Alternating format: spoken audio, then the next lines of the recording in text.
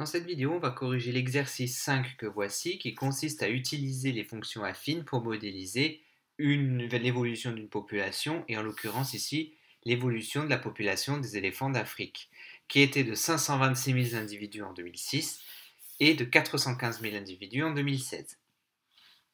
Donc, P, c'est la fonction affine qui répond à cette modélisation.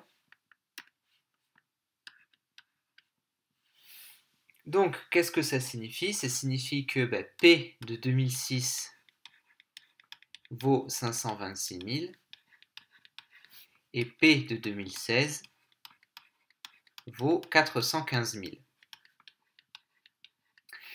Donc, ce que l'on va faire, c'est utiliser cette fonction affine pour calculer la population d'événements à diverses dates. Donc, on nous demande dans la question A quelle était la population d'éléphants en 2015 et 2005. Donc, le mieux à faire est encore de trouver la fonction affine correspondante. Donc, on sait que P de x est égal à mx plus P et il faut trouver m et P. Donc, pour trouver m, soustraction des images sur la soustraction des antécédents dans le même ordre, ce qui nous donne P de 2016, donc 415 000, moins 526 000, sur 2016 moins 2006, ce qui nous donne moins 111 000. On va effacer, moins 111 000 sur 10, ce qui nous donne moins 11 100. Et maintenant, pour trouver P, je prends une des deux informations ici, mettons la première. Donc P de 2006 moins 11 100 que multiplie 2006. Ce qui nous donne donc 526 000 plus 11 100 fois 2006, ce qui nous donne 22 266 600.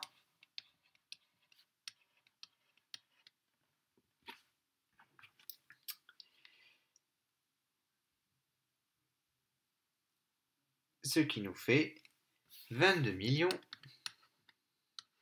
792 600. Donc, notre fonction affine, qui modélise la population d'événements, va s'écrire moins 11 100x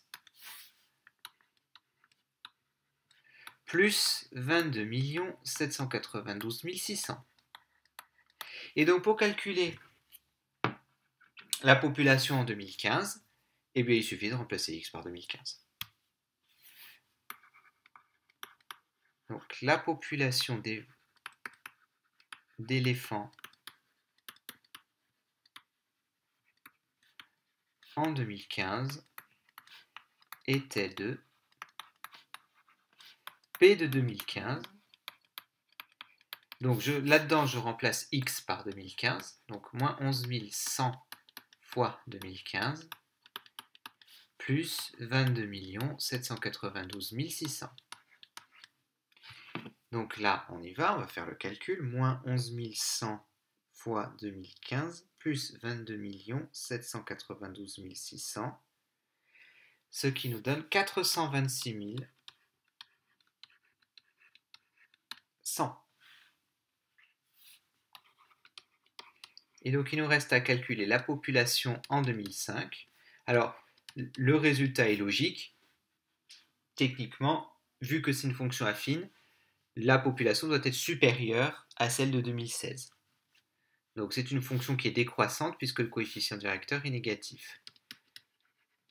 En 2005, on est censé trouver quelque chose de plus grand qu'en 2006.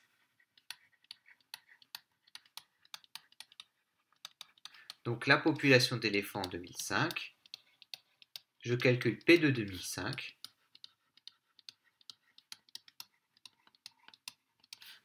plus 22 792 600, Et donc là, attention, on y va. Moins 11 100 fois 2005 plus 22 792 600.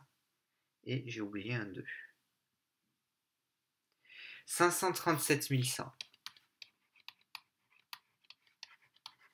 On va rajouter individu pour faire une phrase plus jolie.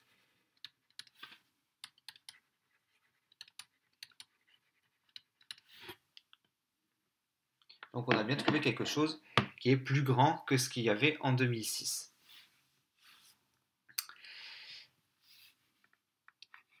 Donc toujours selon cette modélisation, quelle sera la population d'éléphants en 2055? Interpréter le résultat. Donc on va calculer P de 2055.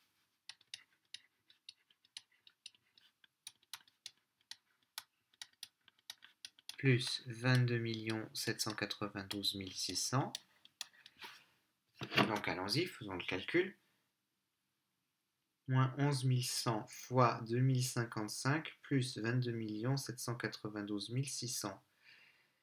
Et on trouve moins 17 900. Alors on ne va pas, évidemment qu'on ne va pas répondre en 2055 il y aura moins 17 900 éléphants. Sous-entendu, qu'est-ce qui va se passer en 2055? Il n'y aura plus du tout d'éléphants.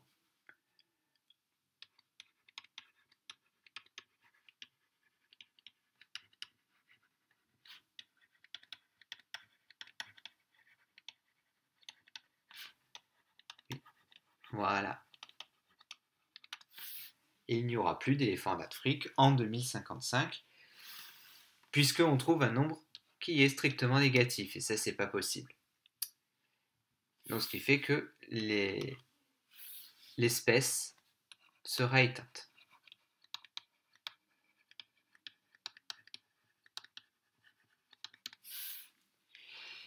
Si rien n'est fait, quelle est la dernière année avant l'extinction de l'espèce?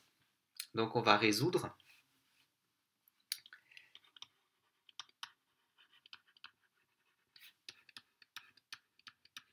P de x égale 0. Donc on va résoudre cette équation-là.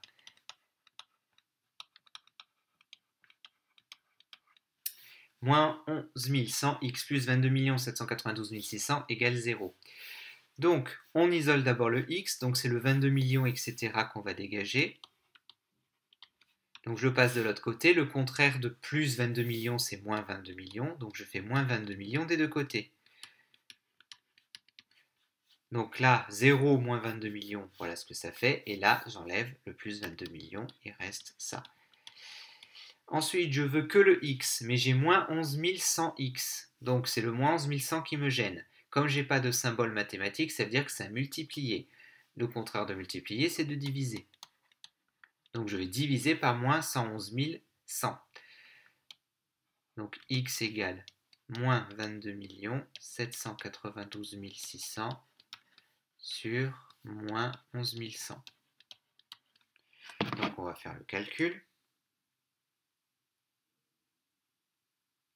Donc, sur 11 100, environ 2053,39. En conclusion, donc c'est en 2000, c'est l'année juste avant ça, donc en 2053, c'est en 2053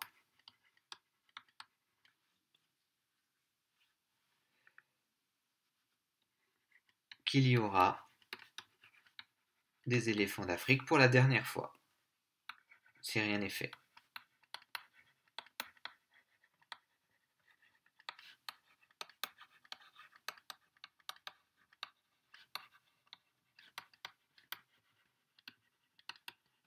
Pour la dernière année.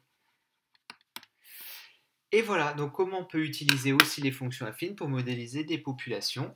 Donc le cœur de l'exercice est toujours le même, c'est-à-dire qu'on a trouvé d'abord l'expression de la fonction affine à l'aide des deux informations données dans l'énoncé, donc il fallait évidemment savoir les interpréter correctement à l'aide, en les exprimant en termes d'images, et ensuite il suffisait juste de remplacer x par les bonnes valeurs.